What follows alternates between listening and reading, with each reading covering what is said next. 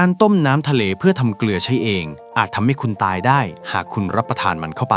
คุณอาจจะคิดว่ามันเป็นวิธีที่ชาญฉลาดในการได้เกลือทะเลจากธรรมชาติแต่นั่นเป็นความคิดที่ผิดมหันต์เพราะเมื่อคุณเก็บน้ำมาจากชายหาดแล้วนำมาต้มบนเตาความร้อนจะทำให้น้ำระเหยไปได้อย่างง่ายดายและทิ้งชั้นของสิ่งที่ดูเหมือนผลึกสีขาวบริสุทธิ์เอาไว้แต่กระบวนการโบราณนี้มีจุดบกพร่องที่อันตรายถึงชีวิตนั่นเป็นเพราะการต้มทำหน้าที่เพียงแค่ทำจัดของเหลวออกไปแต่มันจะบังคับให้สิ่งอื่นๆทั้งหมดถูกกักไว้ในเกลือที่เหลืออยู่นั้นอย่างถาวรซึ่งหมายความว่าคุณไม่ได้กำลังปรุงรสอาหารของคุณแต่คุณกำลังกินไมโครพลาสติกและสิ่งปฏิกูลดิบในปริมาณที่เข้มข้นและเป็นอันตรายถึงชีวิตครับ